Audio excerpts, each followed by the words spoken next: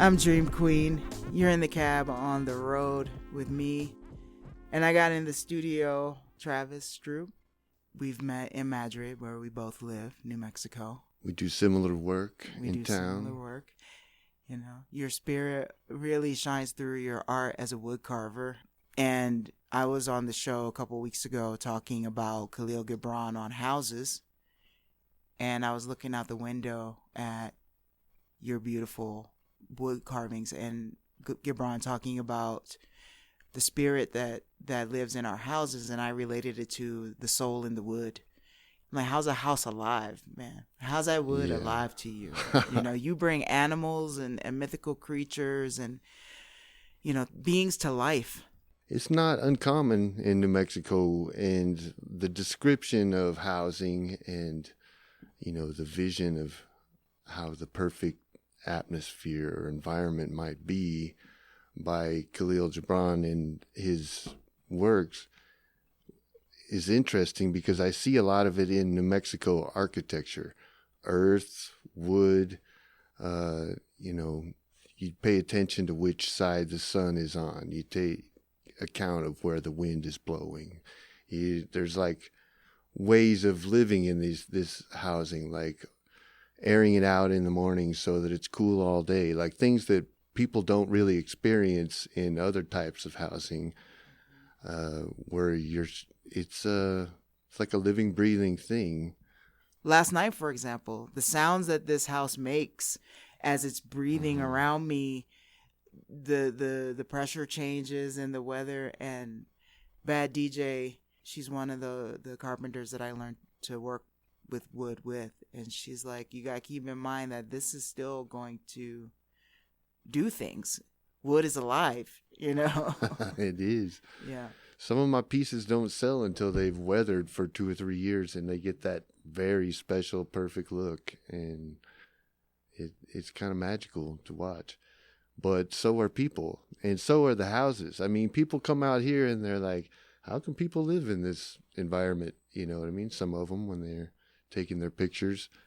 But the interesting part of it is it's the brokenness on the outside that is drawing the look. It's part of the whole vibration of driving through this town. An old mining town, a ghost town, is supposed to look broken up. But no, this is actually us doing our best. You know? Let's just talk about our relationship to the Prophet and the story that you told me in the Mineshaft Tavern. So a friend of mine from New Mexico, my best friend, Aaron Martinez, he's a great musician. He and I were taking off to Jamaica to try to figure out the roots of the music that we were being introduced to as young men. So we basically took off with nothing and like a couple backpacks full of whatever we thought we could get through the jungle with. Turns out, like, the only thing that you need in the jungle, and you always need it, is a machete.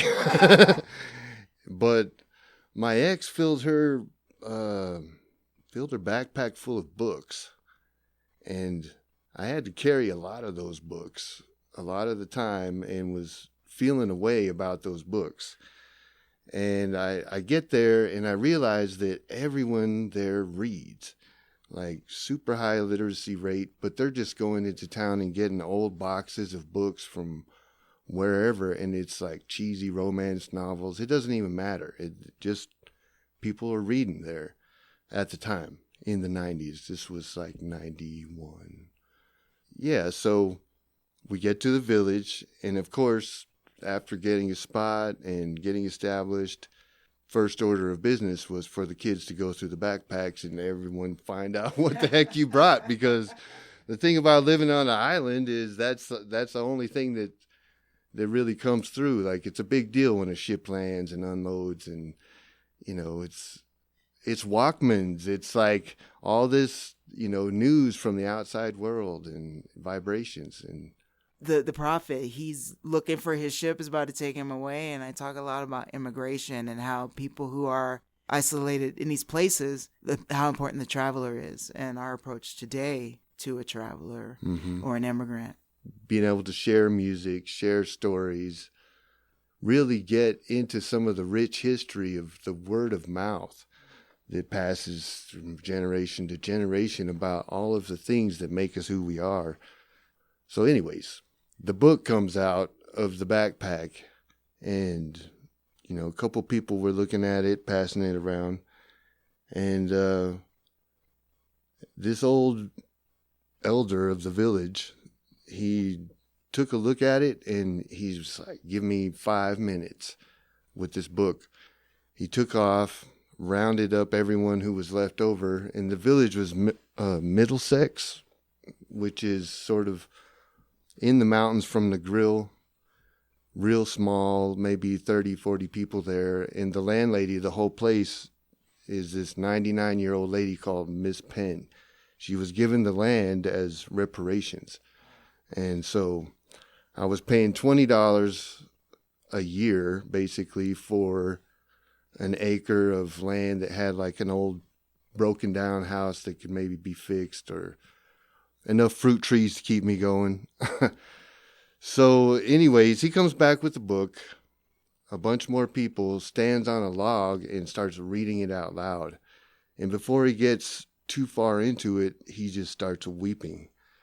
And if you've ever read The Prophet and you're in the right mindset, it can do that. Like, it can really open up some strange spaces in your soul. And back then, you know, like a lot of things that you feel your way through in the world, you're feeling the vibration, but you're also getting chemical outputs from your body, from each different experience. And so back then we used to call it the quickening. It's the quickening of the spirit. It's like when your chest starts to open up and you realize that the vibration has taken a severe turn to a higher level. And that's what I was feeling sitting there watching the people listen to this book. And yeah, it was very powerful. That was the drug of choice for me in the early times of my life, was the quickening. How to recreate that moment of just intense vulnerability, all of us together, just feeling our way through something. That was basically where it started. And then after that, I've always kept an extra copy. If someone's having a problem, just sit with us. Some very close friends of mine are, you know, they've laughed when I've pulled it out. Like, it looks like you need it, and they just see it, and they're just like, oh, man. And do they just flip to a poem? Man, that's all you need to do. It only takes one or two, and it's an easy read. It's real short. It's I'm going to call you out now. And here, take this copy from 1942. From 1942. This copy from 1942 that one of our neighbors. Would you read us a piece? You don't have your glasses? Yes. What do you need, readers? Yeah, just some like kind of 100s? Well, it's very thoughtful of you. I always appreciate thoughtfulness. I guess if I was a real old guy, I'd be like, that's the thing that's missing these days, is thoughtfulness. That's just what the old people used to tell us when we were young.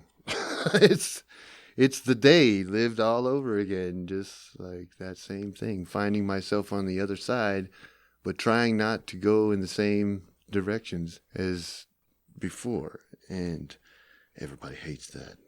If I'm getting you right, it makes me think, when I think of a spiral, you know, where we honor where our past, where we come from and the tradition, but then we try to take it to the next step of evolution.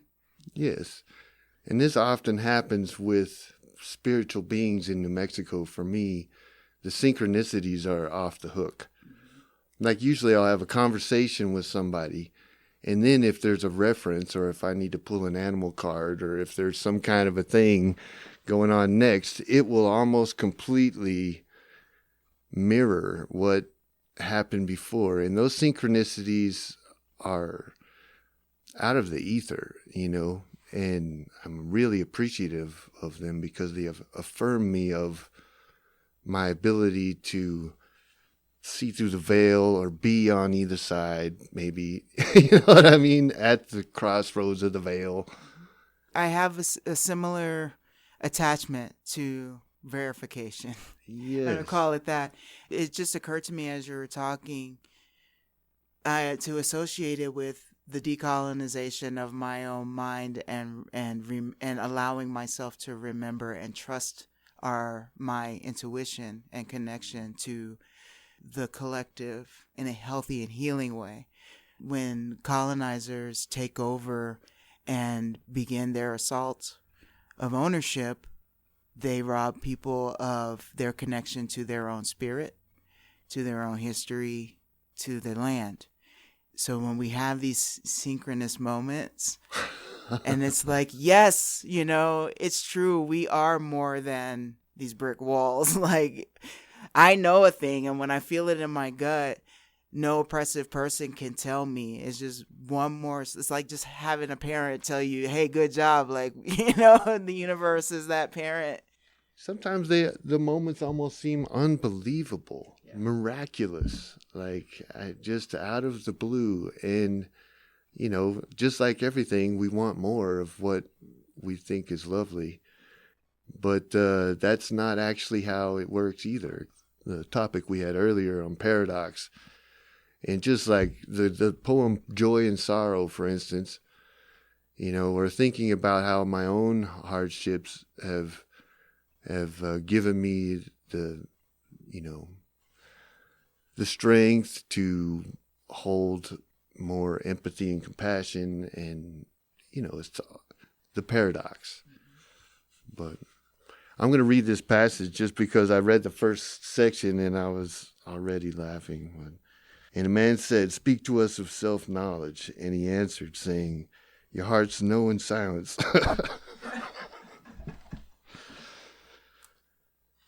Your hearts know in silence the secrets of the days and the nights, but your ears thirst for the sound of your heart's knowledge. You would know in words that which you have always known in thought. You would touch with your fingers the naked body of your dreams. It is well you should. The wellspring of your soul must needs rise and run murmuring to the sea, and the treasure of your infinite depths would be revealed to your eyes. But let there be no seals to weigh your unknown treasure. And seek not the depths of your knowledge with staff or sounding line. For self is a sea of boundless and measureless. Say not, I have found the truth, but rather I have found a truth. Say not, I have found the path of the soul. Say rather, I have met the soul walking upon my path. For the soul walks upon all paths. The soul walks not upon a line, neither does it grow like a reed. The soul unfolds itself like a lotus of countless petals. Oh, thank you. Got away from me for a minute. Yes, you had that old one too. This one's almost 100 years old, 1942. That's a 80-year-old energy. Yes, and it's like affirmation of the quickening, because your body's trying to tell you to do the things that the universe wants and a little bit of what your consciousness wants, and like you were saying, like people paying rent on you or whatever they're doing, colonizing your mind. That's like the front end of the mind. What's happening in the subconscious is where a lot of the deep calculations are happening. All of the things that you can't imagine. Like when we see a ninja on TV pull off a move, I've seen people do that in hacky sack before. Because of what? Like at some point they just surrendered to the feeling of where that thing might be. And they somehow hit it right where they wanted it. And it's the surrender, that people see in the real world, but don't want to acknowledge what they're seeing. Like the X Games, for instance. You know, you see these kids jump off a ramp, do 100,000 flips in the snow and land it. But they're working on a different part of the brain, where the flow happens, like whereas artists seem to find or try to recreate the flow, because that's where work happens effortlessly. And it's like a surrender to the subconscious, I feel like sometimes. It's like magic. It is magic. But a higher vibration, that's the difference. Because like the chemical feelings and inner feelings you can get from the quickening, there's people that are running on primal urges as their source for those chemicals, whether it be trying to increase their testosterone or being any of these different archetypes that might raise the vibration of them getting, for instance, dopamines and whatever, you know what I mean? And those things can take you on a train ride. You know, there's a lot of chemical combinations, and they're all going to be present in every person. So for me, it was a safe path. The quickening seemed like a pretty safe way to, I guess, get my rocks off. Or however you want to, just like to go deeper into that, because we do want to feel like we're part of something huge, and it doesn't really get affirmed until these deeper conversations and poems get written by people who try to nail it down to something, and people who make environments who try to nail it into that. You know, it's always that difference between wanting to thrive and just live. You know, like you've already seen what living is. Everyone wants to take it to that next crazy level. And I think that that's cool about people, you know. In some form, we think we're divorced from nature, but, you know, a bear gets into your greenhouse is super stoked that you're there. Nature adores us. Like, we're doing some things on the side that we're not really taking credit for, but... And then it's all these ideas. They get thrown to the wind like an elm tossing its seeds. You know, there's thousands and thousands of them, all ideas. Pretty much all of them are good ideas. They just got to land in the right spots. That's right. We were talking about that owl that I was looking at, admiring, that you made. And you said something to me about how once you create a piece, you've done your part, you release it. And I'm just associating that with what you were just saying about just living, just life. Well, no, I don't want it to sound like some kind of thing it's not. It's also my way of avoiding the responsibility of feeling the money vibration on the other end, because that's almost intolerable to me when I think about it. Like, if I can't buy something, I don't want to make that something. You know what I mean? And that's a weird spot for an artist to be in. You know, like, I would own half the shit that I made if I could afford to. Because I kind of just made it to make. You know, it's like a collaboration with the tree, and a lot of times out here, the trees I get have been rejected by everybody else. So, tell us about your trees. Well, the trees, I like to work with elm because it's, you know, it's whatever they want to call it, invasive species like me. And we have those things in common, and no one wants to burn it. Everyone wants to just chip it or throw it at the dump. But they're kind of important. They're 90% of the canopy in New Mexico. So you can eat the seeds when they first pop up straight off of the tree. They're like the sweetest salad you ever had. You mix them in your salad. You can dry them up. You can grind them and turn them into a pancake mix because they fluff up nice. So, yeah, I think a lot about elms, obviously, out here because they're either popping up in your plumbing or I'm like, I've never heard anybody talk about an elm this lovingly. Oh man, God bless you, man. I swear to God, like that No. elm, they needed love. I just was participated in bringing one down last week, so yeah, I was like, dude, did anybody talk to this tree first? You know. No, I think if we could hear them, they'd probably be laughing at us pretty good. What was this? I was reading from Close the other day and talking about the north wind laughing at us. I'm like, why are you laughing? Man, we'd be hilarious. Really. Yeah. Keeps moving those sticks around. What do you think he's doing? Yeah, we got to stay busy. Where do you collect your wood? A lot of times it comes to me. People have extra wood, or there's a place at the sawmill that they have a section for carvers to buy by the foot or whatever, but I don't make enough off my carving that I can spend a lot of money on wood. So a lot of times either Tree Service has surplus, I can buy a truckload that way. Supportive friends that run across it, in that way, and the occasional run to the ballpark, see what people have left in the burn pile.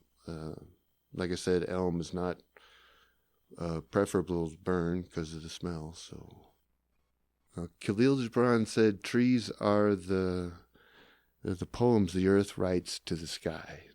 So, and we cut them down to record our sorrows. I'd probably shorten to that, but that's the general. Tell me about your time in Jamaica. How long were you there? I was there for about 6 months. I was as long as I could escape immigration in the hills. Eventually got to go to town for something. And so, yeah, I was there for 6 months. And it was pretty magical coming from the desert to the jungle. I had always imagined what that much life must look like. And that you just can't imagine hard enough growing up in the sand and wind out here that could even exist. I saw the ocean for my first time, and that was in Miami before I got on the plane. And like a proper redneck, I ran past all the red flags and jumped right in and got tumbled for a long time. Yeah.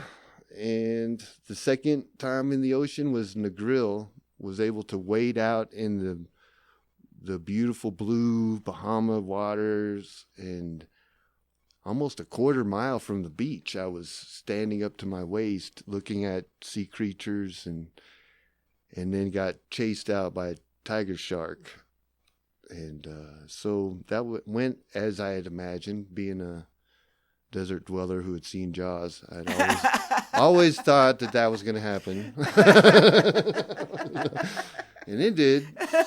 So it was magic. I mean, there's a lot to be learned in traveling, in how similar that people are. You don't have to have, language is not even a barrier in my mind anymore, because that's it. 80% of communication is body language. And if you're working with a carpenter from anywhere, they're going to see what's going on, and you're just going to get the flow eventually.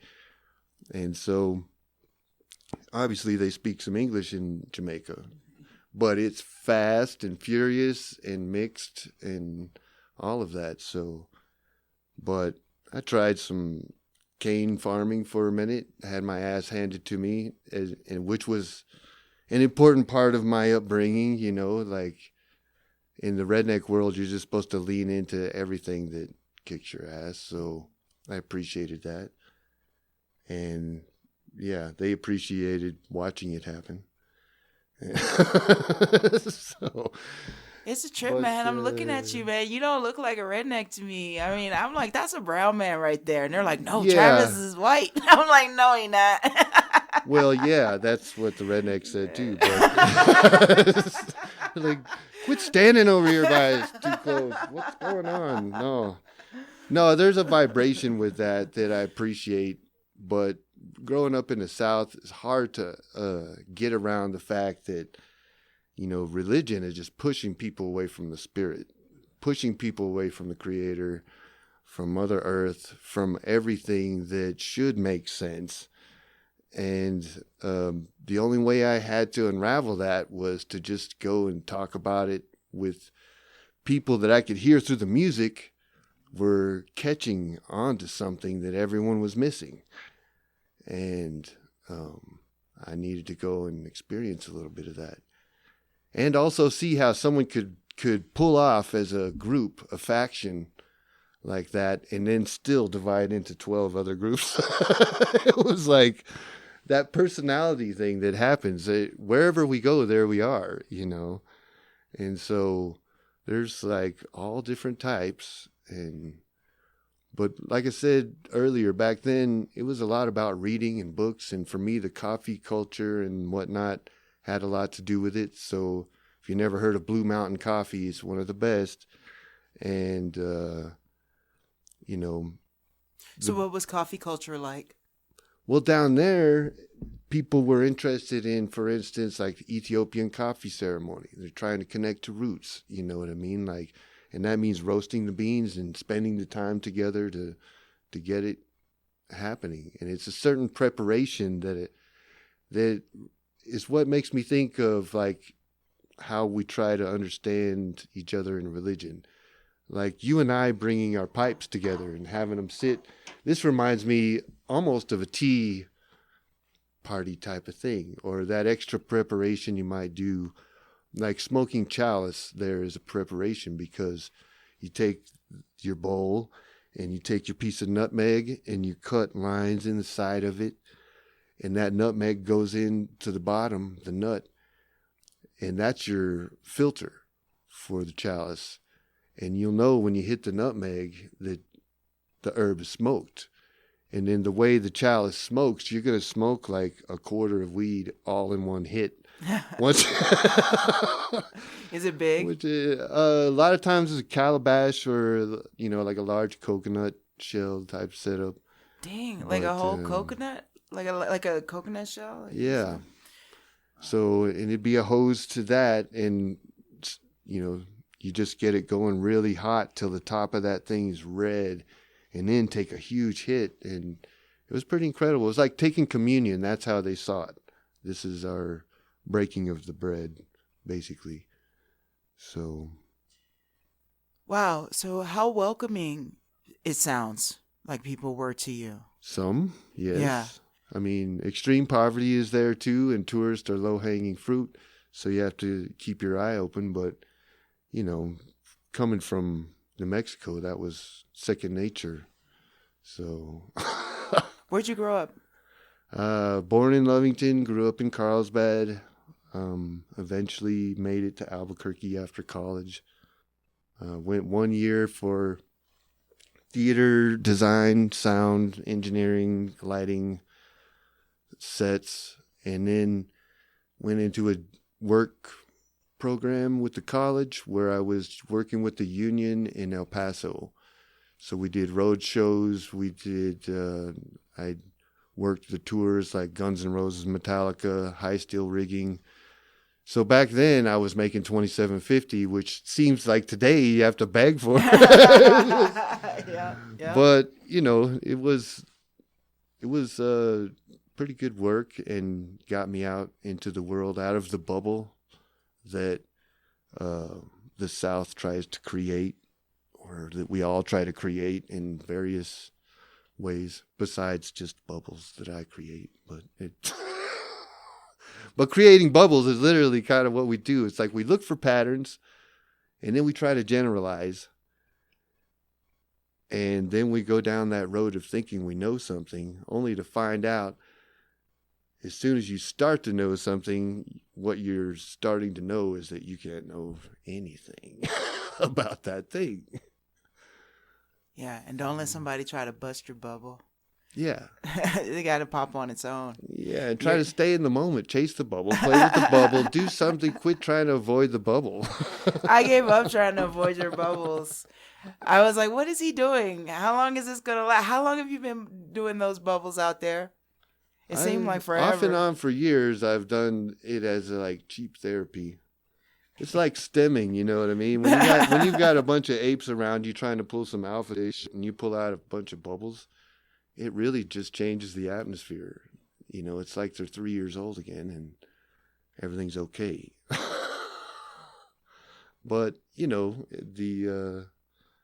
I discover the bubbles through my kids. And in my introduction, I should have said that, you know, I see myself as a father first because that separates you as a group in society. Like, people trying to raise kids have a completely different agenda than people that are just trying to make it. It gets into that whole weird tribal split setup where a lot of the people I know are parents because those are the ones I can relate to. And in relationships, relating on some level is important. So we gravitate towards our bias, towards our similar types. And so back in the day, that's what Rasta felt like to me, because nobody had dreadlocks back then. It seemed like a very specific thing to a group of people, and as a vow against vanity, that kind of thing had its own built-in learning process of how you were going to have to basically put your character up front, because your curb appeal just went out the window.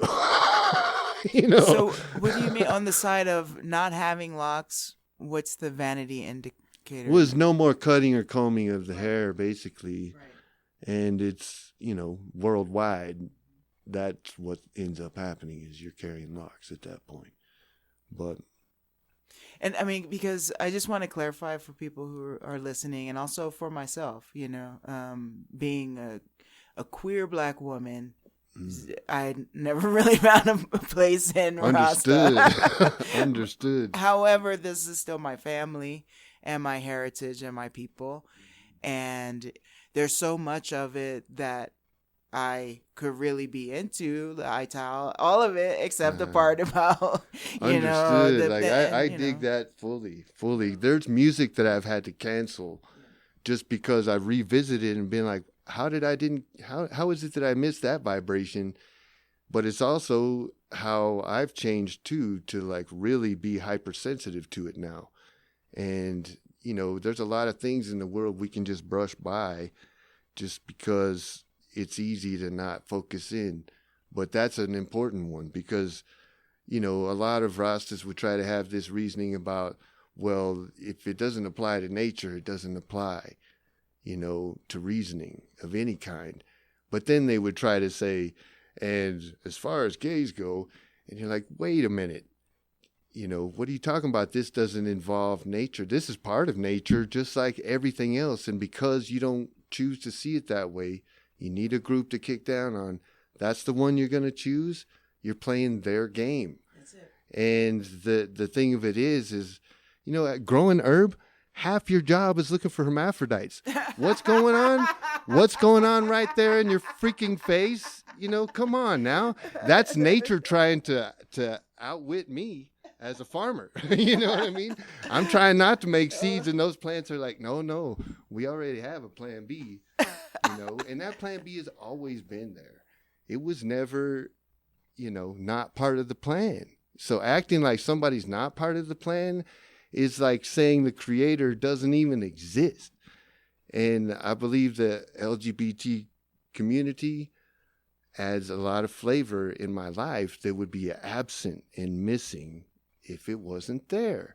I've seen it in all the cultures, like some of the most conservative places, like in Costa Rica, where you've got this guy that, you know, in the America would be called, you know, a super flamer. Like, this guy is just himself out front, can't stop it, but so lovable, you can't stop it. And that's love. Like, he's in a conservative village full of farmers and all this, running the grocery store, And they'll go in there to see him for a piece of gum just to hear him talk for a minute because he's hilarious. And he loves everybody. And he hugs everybody. You know what I mean? He's a hugger. So you can't get away from him, even though he's on the other side of the counter. He's coming at you as soon as you get... And to watch him push that energy to the point where he's on the other side of it. He doesn't have to like look for validation. It's coming to him now that he's important and valued. And if anyone were to mess with him, all of those conservatives would be with pitchforks protecting him because he would be missed. I don't know how else to say it. Like, it's pure magic. Like, the human presence in whatever form is magical to me. And if, like, you know, diversifying your stocks is good, maybe diversity in nature is good. We know that through our observations. Maybe we can finally decide it's okay to, like, you know, think about some diversity as a positive sign, you know? I appreciate that so much. I appreciate you so much calling all that out, man. That is truth. And it's the very least I can do because it always feels that way, you know. It always feels like things aren't happening fast enough. Like you hear about these moments, and because of technology and media and whatever, you're allowed to see a moment that happened to somebody in an airport or at a place, and all of a sudden you're like carrying that energy all day, and that's hard for people who absorb energy. It can like kind of mess with the whole point of why the heck did you wake up? You know? I'm going to come back to your identity as a dad. I like how you call your kids saplings. Can you speak on that just a little bit? And I'm thinking specifically when you were saying that trees are poems to God. I just think that's beautiful. Yeah, Georgia O'Keeffe said, if people were trees, I think I'd like them better. Yes. Well, my saplings, I feel like people and trees are so related that we don't even understand. Like the medicines made by the trees are the exact same medicines that we need. How are we not seeing the relationship in the plant world to the animal world is almost this? It's the same vibration. And that's the problem with consciousness. It all leads to suddenly everything's one and you're nuts. But it's like the most ultimate truth. It's like everything is one. But think about it, like one of the oldest medicines, the balm of Gilead, mentioned in the Bible. The balm of Gilead is the resins that will be covering the cottonwood buds in the spring. And it's just dripping off of the tree. Like you can get those buds off in the spring and you can process it. And it's basically anti-inflammatory, antimicrobial, all of the things because the tree needs the same medicine we're needing. But the tree makes that medicine. So like our relationship with opiates, for instance, you know, it's a very strange relationship because of what's happening on the street with drugs anytime something gets processed. But when people think of like, oh, I'm addicted to green chili, I think of opiates because the body has had a relationship with the opiate plant since way back. And so at some point, our body learned how to produce the opiates needed to deal with small pain situations like chili. And in the moment of the heat, your body is creating those opiates and you're going on that little rush. And that's the vibe. Like that's magic to me that a plant had something and we learned how to make it. So same with cannabinoids, you know, it's like our relationship with those plants go deep. You know, we are the plants actually, you know, in the end of it when we do lose our minds, but we are the medicine. It's all around us. Yes. Yeah. Food is medicine. Conversations are medicine. Music is medicine.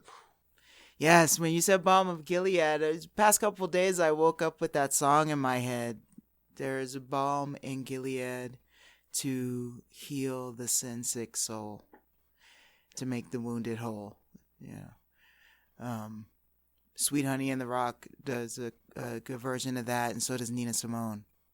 Well, I never heard it, but I'll have to send it to you. That's a cottonwood tree. Yeah. Yes. Can we talk about the future for a little bit on the subject of children? Hope. What's your vision? My kids feel pretty hopeful to me. Like they know that that's where I'm at for them. And I think now that I've got one in college, he's mentioned over the last year or two, he's starting to feel the sting of reality, which is, a lot of the things you're told are just not true in life. And it could just depend on situations that you're in or where you're at. But, deep feelings. My kids have a very empathetic side to them where they tune in to what's going on a deep level. And, when you're around various types of hardships, I can see them feeling it. But they seem like warriors to me, like they're going to do it. They're going to figure it out on their own and have their own complete style of adding something to the mix. But, it's hard keeping hope for them when, I go to various work situations and just feel like, how do I convince the next generation that's going to do what I'm going to do? Like, hey, check it out. You can have everything I have. Like, bony fingers. Back and some shoulder pain. Yeah.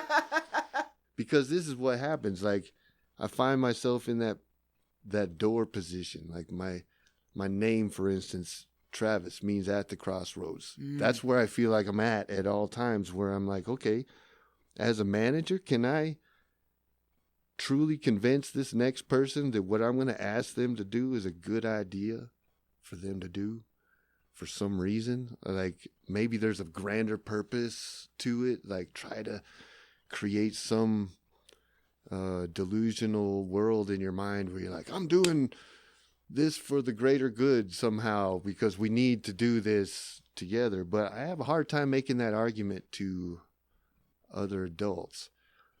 To young people, I try to make them understand that there's a way to flip the ticket where if you imagine a better situation, you've already started it. And then just keep pushing towards that.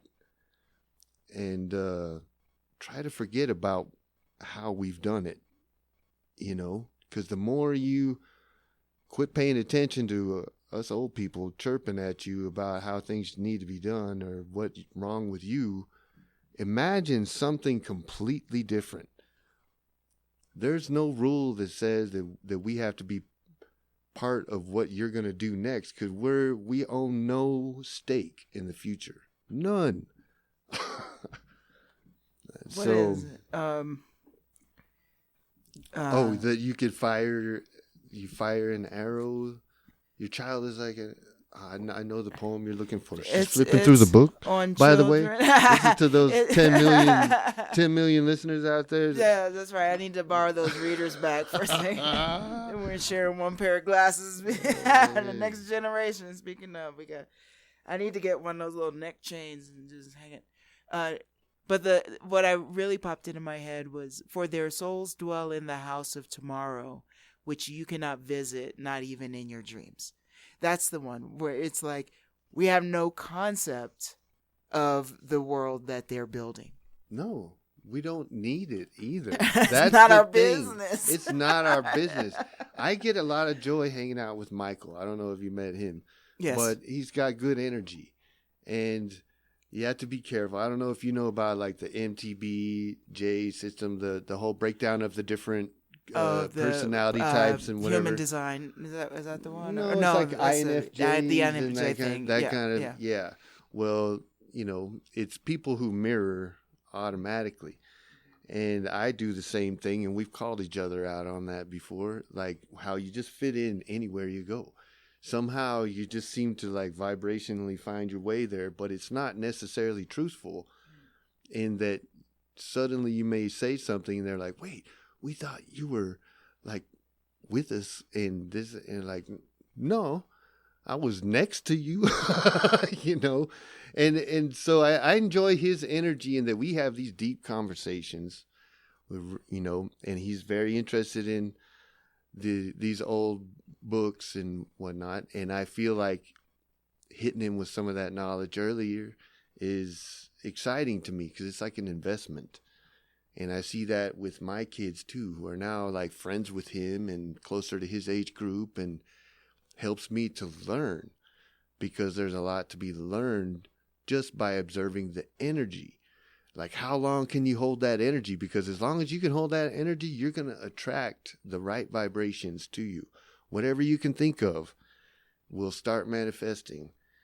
And I try to give examples of it to them, how everything I've done here in Madrid was a dream of mine a long time ago. 10 years ago, I was sitting around telling my friend Oriana about it, and she's like, oh, yeah, that sounds great, you know. And then just 6 months ago, she reminded me. She's like, do you realize that you just did everything that you said you were going to do? And I hadn't, because the long process of the doing sometimes doesn't make you see what's going on. But it starts with that thought, you know, that, and being around the youth, seeing their energy, seeing how their thought processes are going, is magic to me, because it's like watching the quickening happen all over again in the next generation.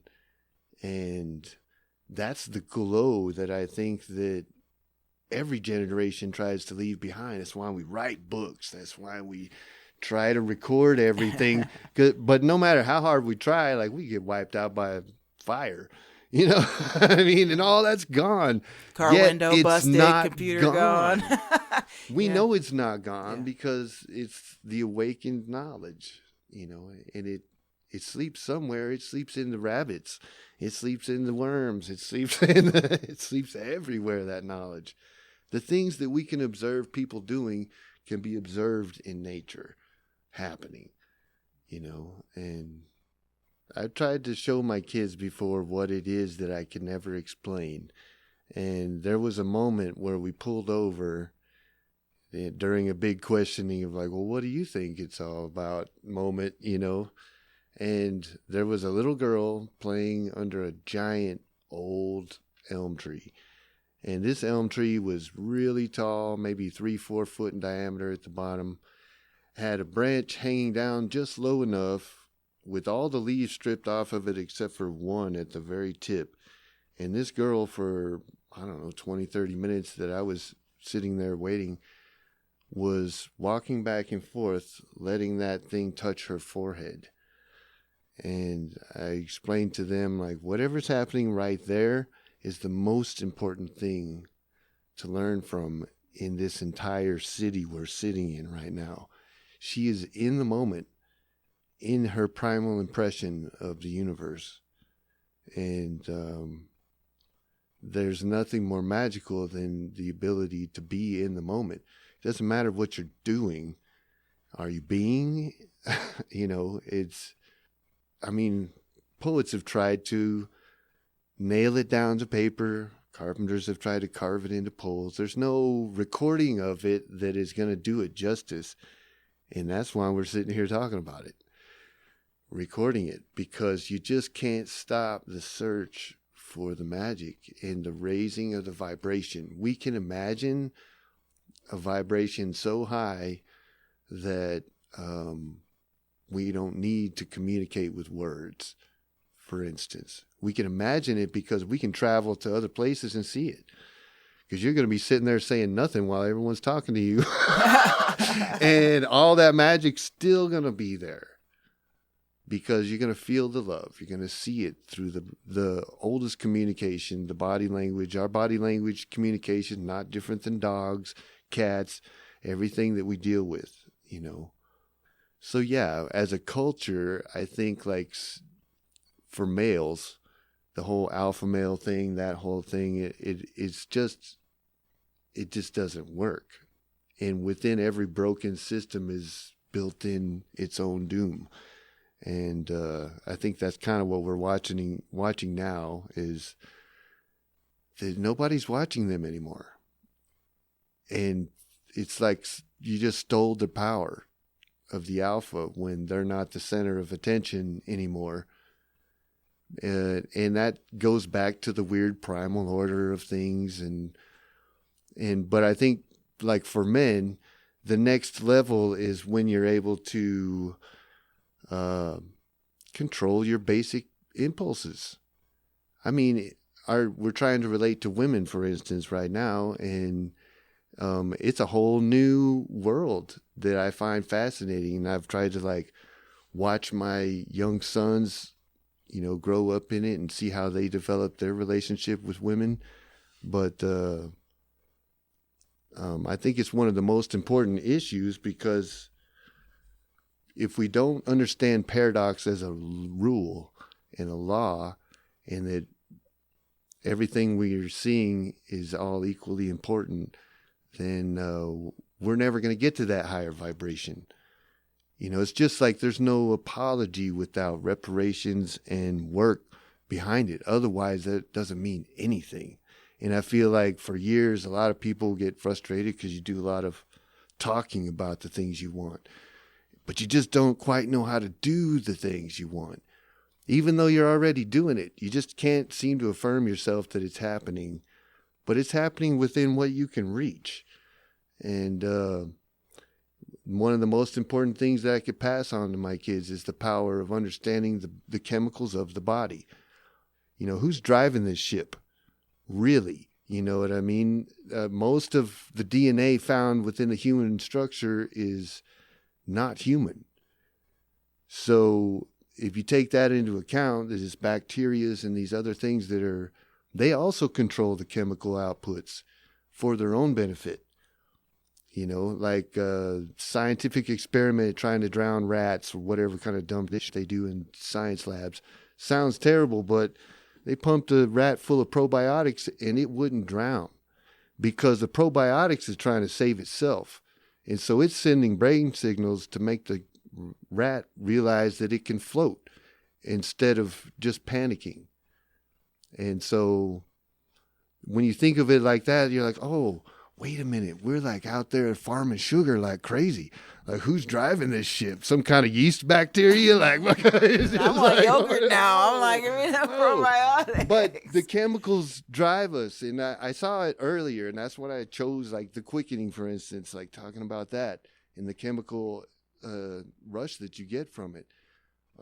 Sex is like that for males, very strong, because the universe just wants kids. You know what I mean? And so the universe has got these built-in high-level chemicals to hit you with to make you pull into a direction that would be in procreation, for instance. But let's be real. We're not in a level right now with humanity that we need to really be thinking that we don't have enough people around, maybe. I was going to ask you, when you were talking about kids and being detached from their future in a certain way, how you are able to keep your ego out of that and also guide for my own self. I was like, how do I listen to how Travis is speaking and remove myself from an expectation of the future by teaching them the right thing to do and the right way to think? And then it's like, now you're sounding like the GOP, and it's like, but it's like, no, what you're doing is planting seeds and encouraging remembrance, right? Yes. When I see my boy jump up because he sees someone headed towards the door that probably can't open it, I get this gush of just, I'm so proud, but at the same time, it's my ex-wife. It's me. It's the community we were around. It's all of those things. It wasn't me. You know what I mean? Like, he's seen how the magic works, like how to be conscious of things around you deep enough to be there when you're needed. Like, sometimes it takes a proactive, like, eyeball, and as a protector, that's all that time is for. You just got your eyes open. Situational awareness. Yeah. And the willingness to do something about it. Don't be shy. Go help. Like, there's nothing to be shy about. If you have the ability to respond, you have the responsibility. That's it. I just heard somebody say that, the ability to respond. That's what responsibility is. I thank you for bringing that back to it. And I want to thank you for your time and your presence.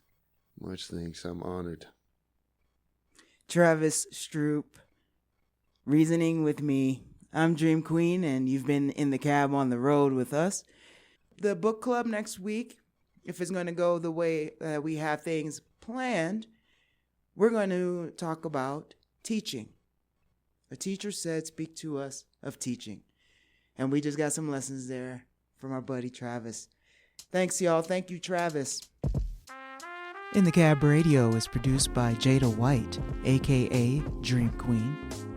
Original theme music produced by Baby Weekend Boys and Icky Mac the Beat Jugular. Learn more at In the Cab Radio at Linktree. Thank you so much for tuning in.